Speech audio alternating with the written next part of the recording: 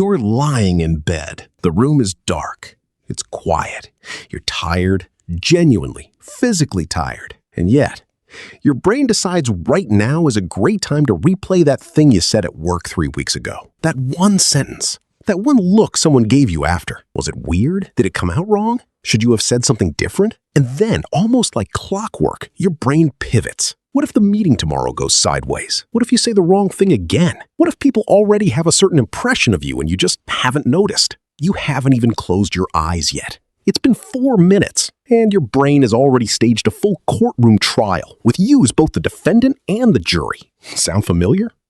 That experience, that endless loop, that inability to just stop, it's not a sign that something is wrong with you. It's a sign that your brain is doing exactly what it was built to do. And today, we're going to get into why. Let's start here. Most people who can't stop thinking also can't stop caring. That's not a coincidence. The same brain that keeps you up at night replaying conversations is the same brain that notices when someone seems off at the dinner table.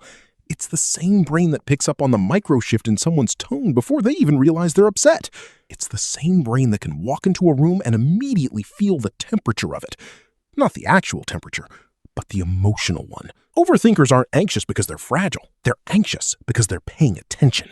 Psychology has a name for this cognitive style. Researchers call it high dispositional self-awareness, an ongoing, almost automatic tendency to monitor yourself, your environment, and the people around you. Studies have shown consistently that people who score high on this trait also score high on empathy, on emotional intelligence, and on something called social sensitivity, the ability to read a room and understand other people's inner worlds. The cost of that? A brain that never quite turns off. Because when you're wired to pay attention to everything, you don't get to selectively stop. You don't get to pick and choose what the radar picks up. It's always on. And when it catches something, a worry, a regret, a possibility, it doesn't let go easily. That's the first uncomfortable truth. The very thing that makes you good at reading people, at caring deeply, at being emotionally present, is also the thing that makes it so hard to be alone with your own thoughts. But why does this happen at all? The answer is in your brain, and it's not what most people expect. There's a network in your brain called the default mode network. Scientists discovered it almost by accident. They were scanning people's brains during rest, expecting to see reduced activity. What they found instead was the opposite. Certain regions lit up more during quiet moments, not less. This network handles self-reflection, mental simulation, imagining future scenarios, and autobiographical memory, which is your brain connecting past experiences to your present sense of self. In most people, this network is reasonably balanced, focused on a task that quiets down. At rest, it runs. But in people who overthink chronically, and this has been confirmed in neuroimaging studies, the default mode network stays hyperactive. It doesn't quiet when it should. Even when you're trying to focus on something else, part of your brain is still in the background, running scenarios, writing scripts for conversations that haven't happened, constructing explanations for things people did 3 days ago. Layered on top of that is the prefrontal cortex, responsible for analysis, planning, and judgment. In overthinkers, this also stays highly engaged, which means you're not just experiencing your thoughts, you're evaluating them, critiquing them, questioning whether they're right, whether they're rational, whether they mean something. You're thinking about your thinking constantly. Now, and this is where it gets interesting, dopamine enters the picture. Your brain releases small amounts of dopamine during problem solving, not just when you solve a problem, during the act of working on it. The thinking itself is rewarding at a chemical level. So, when you turn a worry over and over in your mind, analyzing every angle, imagining every outcome, your brain is being rewarded just for the activity, not for reaching a conclusion, just for the motion. This is why just stop thinking about it is one of the least helpful things you can say to someone. Their brain has a biological incentive to keep going. It literally feels like progress, even when it's not. But here's what I haven't told you yet, where this pattern actually starts. And once you hear it, a lot of things about yourself are going to suddenly make sense. Most people assume overthinking is just a personality trait, something you're born with. But that's not what the research shows. It usually starts much earlier than adulthood, and it usually starts as a response to something. Think about what overthinking actually is at its core. It's anticipation. It's running mental simulations before something happens so you can prepare for every possible outcome, an attempt at control.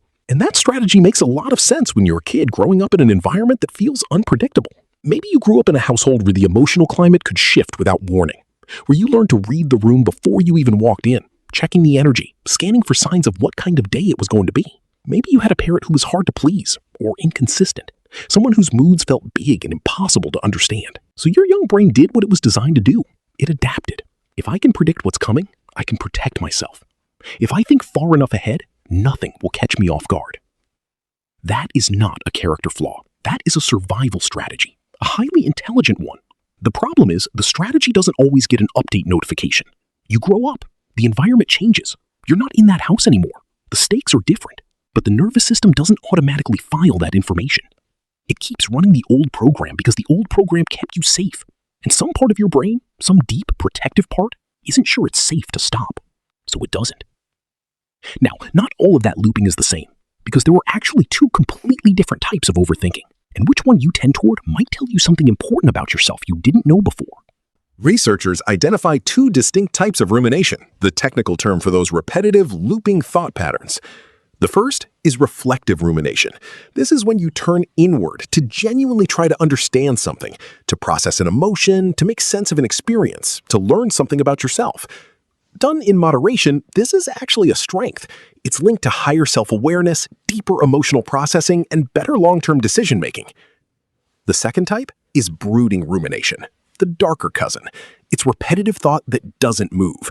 You're not processing, you're circling. You keep returning to the same wound, the same fear, the same what if, but you're not getting any closer to an answer. You know you're brooding when you've thought about the same thing for 3 days and still have no answer, just more versions of the same spiral. Here's the tricky part. The two types often feel identical from the inside. They both feel like thinking. They both feel like you're engaged with something meaningful. The difference isn't in the content of the thought. It's in the movement. Reflection moves. It goes somewhere. Brooding loops. Cognitive psychologists call this the illusion of mental progress, the sensation of going nowhere while feeling like you're doing something important. And it's one of the core reasons overthinking is so hard to interrupt. What the research actually shows about what this pattern says about you, this is the part that genuinely surprised me, because it's almost the opposite of what most people assume. There's a 2013 study published in the journal Psychological Science that I keep coming back to. Researchers found that people who reported higher levels of rumination also scored significantly higher on measures of cognitive empathy, your ability to understand how another person thinks, what they might be feeling, what motivates them. And the overthinkers had more of it, substantially. The same mental machinery that runs your brain on a loop at 2 a.m. is also the machinery that makes you perceptive, attuned, deeply aware of the people around you. You notice things others don't. You pick up on shifts in tone, in body language, in the space between what someone says and what they mean. You think about how your words will land before you say them. You carry a sensitivity towards the emotional world that most people simply don't have. That's not nothing. That's an extraordinary thing to be. The cost, and there is a real cost, is that perception without an off switch is exhausting. You don't get to set it down. You don't get to choose when to turn the sensitivity off. It's just on, all the time. That's the gift you didn't ask for, and most overthinkers are still figuring out how to live with it. Which brings us to the question that actually matters. What do you do about it? Suppression doesn't work. Full stop. The more forcefully you try not to think about something, the more frequently it returns. Your brain treats suppressed thoughts like an incomplete task that needs revisiting. Pushing it down only makes it louder. So, what actually works? Therapists trained in acceptance and commitment therapy, ACT, focus less on stopping the thoughts and more on changing your relationship to them. There's a concept called cognitive defusion. Instead of being inside your thoughts, fused with them, convinced they're telling you the truth, you learn to observe them from a slight distance. The shift looks like this. Instead of, "This is dangerous, I need to figure this out right now," you practice, "My brain is generating a concern. There's a thought happening. I notice it. That sounds small. It isn't." The first version pulls you in. It tells you the danger is real, that you have to solve it now. The second version gives you a fraction of space, and in that space, you get to decide how to respond, rather than just react. The second approach that consistently shows up in research: scheduled worry time. You pick a specific 15 to 20-minute window each day, your designated time to sit with problems and worries. When a spiraling thought shows up outside that window, you acknowledge it, don't suppress it, and you say, "Not now. I'll deal with this at 5 p.m." This trains your brain to stop treating every moment of stillness as an open invitation to problem solve. It creates a container, and over time, the pull of the loop starts to lose some of its urgency. Neither of these is a cure. Overthinking doesn't get cured like a cold, but it does get quieter, more manageable, less in charge. Here's what I want to leave you with. If you have a brain that won't shut up, if you're the person who lies awake replaying conversations, who thinks through every possible version of a situation before making a decision, you are not broken. You are someone whose nervous system learned to stay alert in a world that once felt uncertain, and that system, at its core, was trying to take care of you. The work isn't to destroy it. You can't. And honestly, you wouldn't want to, because that same system is responsible for the depth with which you understand people, the care you bring to relationships, the way you notice things that others miss entirely.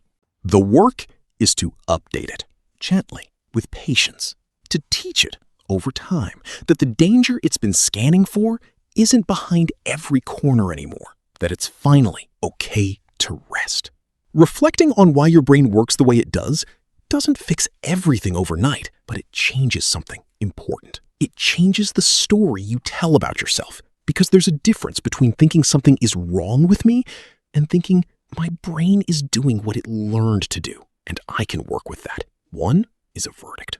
The other is a starting point. And sometimes that's exactly where the whole thing begins.